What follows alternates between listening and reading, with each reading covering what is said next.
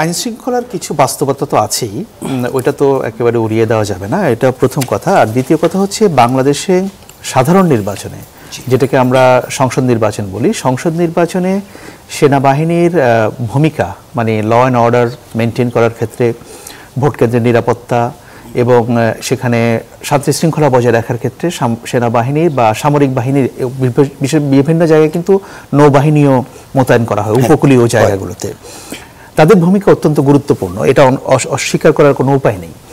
এবং আপনি দেখবেন যে বাংলাদেশের অতীতের সবগুলো নির্বাচনে সেনাবাহিনী কিন্তু মোতায়েন করা হয়েছিল। এবং বাংলাদেশের এই নির্বাচনের শান্তি শৃঙ্খলা বজায় রেখে আমরা কতটা একটা ক্রেডিবল ইলেকশন করতে পারবো সেটার সঙ্গে কিন্তু আমাদের আইন শৃঙ্খলা রক্ষাকারী বাহিনীর একটা সক্ষমতার প্রশ্ন জড়িত আছে। কারণ আপনি জানেন যে প্রায় ৪৫,০০০-এর মতো ভোট কেন্দ্র থাকবে পুরো বাংলাদেশে, এবং যেহেতু একদিনে ইলেকশনটা হচ্ছে, ৪৫,০০০ ভোট কেন্দ্র প্লাস ভোটার সংখ্যা ১০ কোটির বেশি, আমি যতদূর জানি ১০ কোটির বেশি। তো এটা বিরাট একটা এক্সারসাইজ।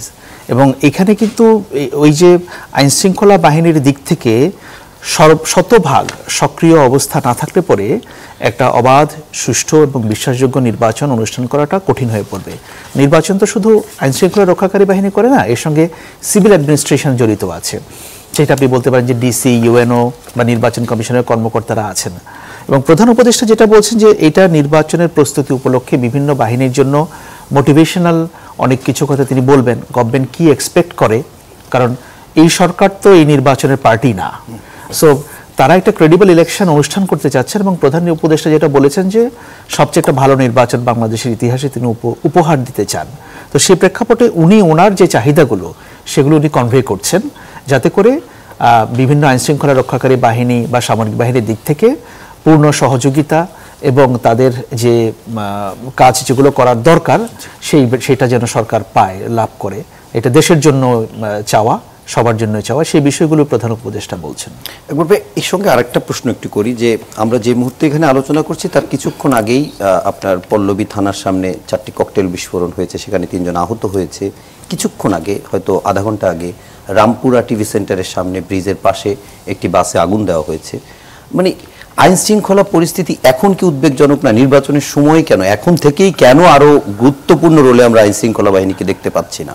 না, অবশ্যই দেখুন, এই ককটেল বিস্ফোরণগুলোর সঙ্গে কারা জড়িত সেটা তো আমরা এখনই বলতে পারছি না, বাট এটা একটা অনুমান করা হচ্ছে যে যেই পতিত রাজনৈতিক দল বাংলাদেশে গণ অভ্যুত্থানের মুখে ক্ষমতাচ্যুত হয়ে পালিয়ে গেছে, তাদের সমর্থক বা তাদের কিছু কর্মীদের এটা কর্মকাণ্ড, কর্মীরাও করছেন না, তারা কিছু পয়সা পাতি খরচ করে এই কাণ্ডগুলো করাচ্ছেন।